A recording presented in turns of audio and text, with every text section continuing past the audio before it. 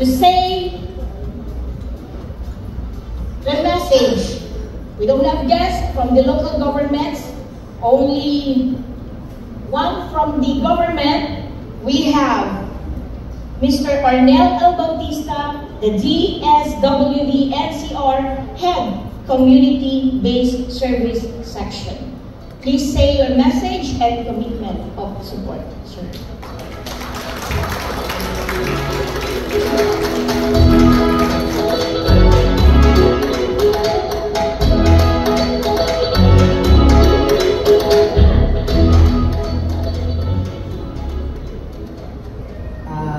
To our Honorable Senador Sir Joey Dinapo, to our President, Eagle National President Ronaldo F. De Los Santos, and to our guest po from Hope Foundation, Ma'am Maxima de la Paz, as representative po and other guests po and participants po.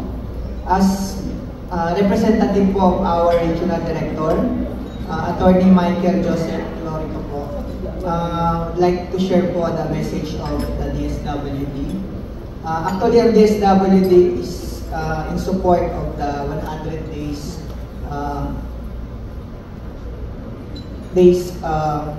of program for children.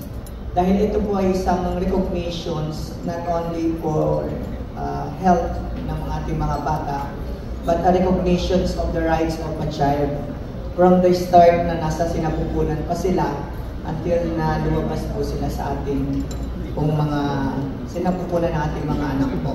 So DSWD is committed to promote and protect the rights of our children in terms of their survival, protection, and development po.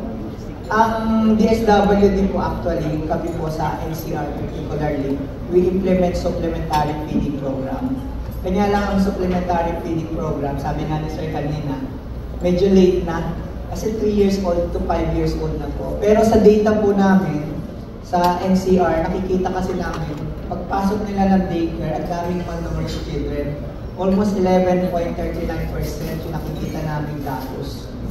Kung pagtutuunan natin ng attention ng first 100 days ng ating bata, maaari pong mababawasan ito at maaari man wala pong batang papasok ng daycare ng malnourished children po. Kasi ang hirap talaga na bawiin yung kanilang nutrients.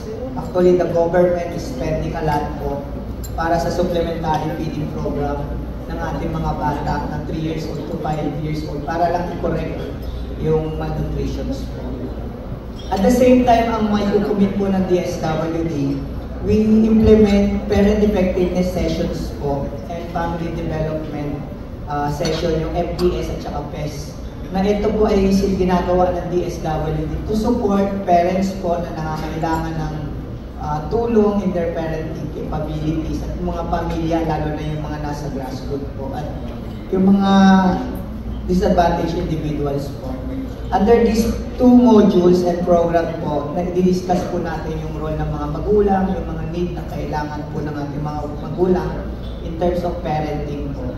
So with that po, I think sapat po ang commitment ng DSWD for the 100 days program for children po. Thank you po, salamat po.